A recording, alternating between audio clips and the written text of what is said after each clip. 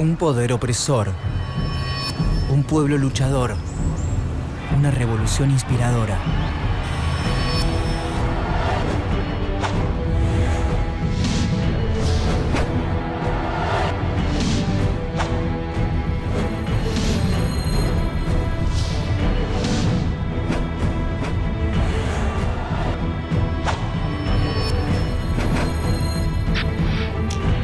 Revoluciones.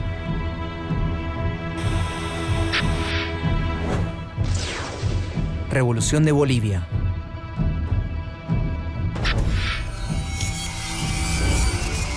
(1900). El inicio.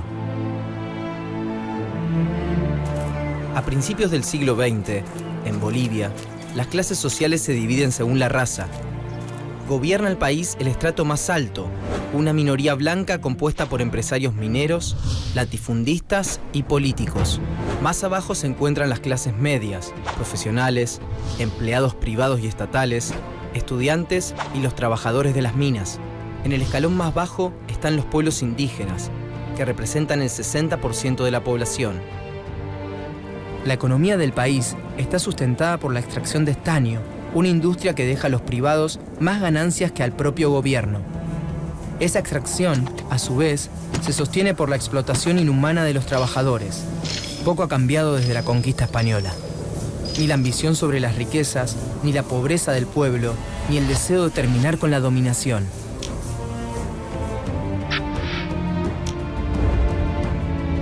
Illimani, de Arturo Borda, 1944. El Yatiri, de Arturo Borda, 1918. El Mendigo, Cecilio Guzmán de Rojas, 1919. Las empresas mineras tienen controlado al Estado boliviano y la oligarquía terrateniente concentra tierras expropiadas a los indígenas, que además se hallan presionados por los altos impuestos y son forzados a trabajar gratuitamente tanto para la prestación vial en la construcción de puentes y caminos como en las haciendas de los terratenientes. Como el voto está prohibido para los analfabetos, las clases bajas no pueden terminar con ese dominio. 1932. La Guerra del Chaco. En 1932 estalla una guerra entre Bolivia y Paraguay por el Chaco Boreal.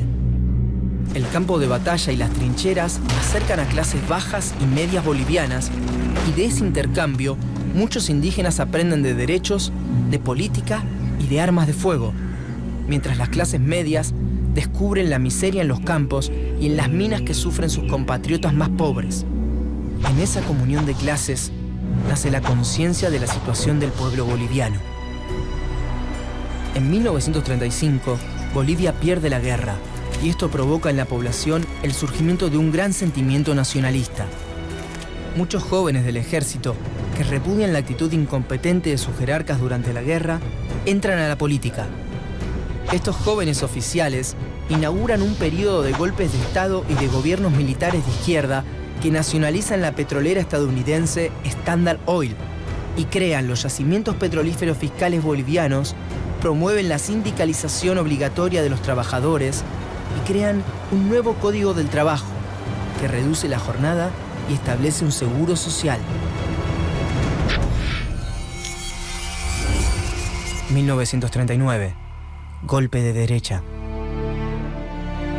En 1939, el socialismo militar es desalojado del gobierno por la oligarquía, que retoma el control del Estado y coloca como presidente a Enrique Peñaranda, quien se vincula fuertemente con los Estados Unidos, prometiéndoles los minerales necesarios para la campaña de la Segunda Guerra Mundial que está en marcha.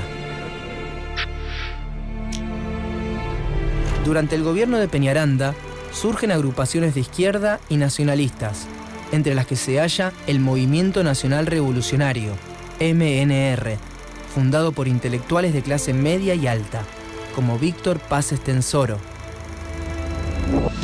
Nombre: Ángel Víctor Paz Estenssoro. Lugar y fecha de nacimiento: Tarija, 2 de octubre de 1907.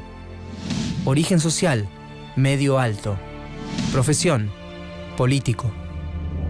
El MNR Es nacionalista, antioligarca y antiimperialista.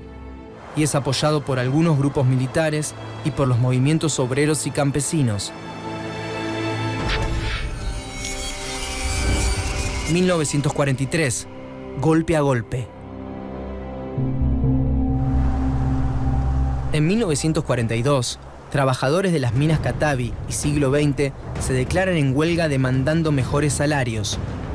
Y Peñaranda, que aún tiene vigente su promesa de asistir a los Estados Unidos en la guerra, envía tropas para reactivar la mina y asesina a 35 personas. Esto provoca la reacción del MNR y de facciones de izquierda del ejército, que derrocan a Peñaranda. El mayor Gualberto Villarroel López asume como presidente de facto y Paz Estenssoro, su ministro de Hacienda, se vuelve un pilar de su gobierno.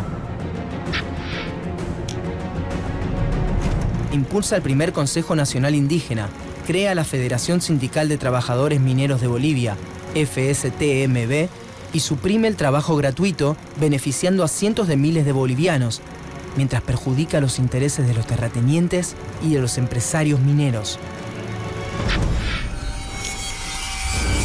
1946. Corre más sangre. Villarroel y el MNR despiertan una fuerte oposición en la oligarquía y en los Estados Unidos, que lo consideran pro-nazi. Una multitud, compuesta por estudiantes, profesores y trabajadores, lincha al presidente, a quien consideran un fascista. Es un momento de gran confusión. Tras varios presidentes interinos, se realizan elecciones, en las que Paz Estenssoro es vencido por Enrique Herzog, quien intenta deshacer los progresos sociales conseguidos para el pueblo. Pero Paz Estenssoro, exiliado en Buenos Aires, reorganiza los cuadros de su partido y conspira contra Herzog. El MNR provoca rebeliones y huelgas mineras y sindicales. En agosto de 1949, Paz Estenssoro impulsa una insurrección que tiene lugar en Santa Cruz de la Sierra, Sucre, Potosí y Cochabamba, y que resulta reprimida de modo sangriento por el ejército. Este hecho termina de dividir a la nación. En medio del caos, en 1949, las elecciones legislativas demuestran que el pueblo se vuelca masivamente hacia la izquierda. Herzog deja el poder a su vicepresidente y desaparece de la escena exiliándose en Madrid. Finalmente, el 6 de mayo de 1951, el MNR obtiene la presidencia para Paz Estenssoro. 1952. El pueblo al poder. Las empresas mineras intentan anular los comicios y darle el poder a una junta militar. Pero en respuesta, el 9 de abril, en La Paz y otras ciudades, emerge un levantamiento popular. Mineros y campesinos armados, en su mayoría mestizos e indios, se unen a las milicias del MNR y a la Federación Sindical de los Mineros y enfrentan al ejército, que busca tomar el poder. Los insurgentes reciben alimentos, abrigo y refugio de parte del pueblo. Y algunos miembros del ejército cercanos al MNR abren los cuarteles para armar al pueblo.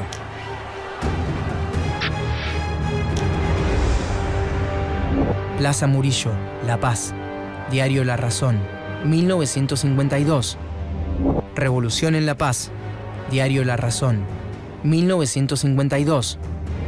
Campesinos armados. Diario La Razón, 1952. Finalmente los revolucionarios triunfan y el 14 de abril, Estenssoro es recibido en La Paz, desde donde gobierna 4 años, durante los cuales se reorganiza el ejército con oficiales cercanos ideológicamente, se nacionalizan las minas y se crea la empresa minera del Estado. Se formulan las primeras propuestas de reforma agraria y se instaura el sufragio universal. La revolución inspira la lucha revolucionaria en América Latina. En junio de 1960, Paz Estenssoro vuelve a ser elegido presidente. Un año después, una nueva constitución que permite la reelección causa la división interna del MNR. El presidente pierde muchísimo apoyo del pueblo y de su propio partido. 1964. El fin de la revolución.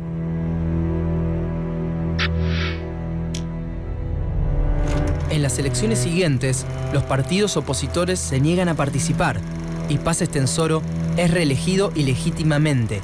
Y poco tiempo después, en 1964, es derrocado por el general René Barrientos, su propio vicepresidente. La revolución pierde legitimidad y esto provoca que mineros, opositores y campesinos se manifiesten en contra. El ímpetu revolucionario se diluye con el tiempo, pero demuestra el poder de los indígenas, campesinos y mineros organizados en la política del país. Un poder que recién en el 2005 coloca al primer presidente indígena en Bolivia.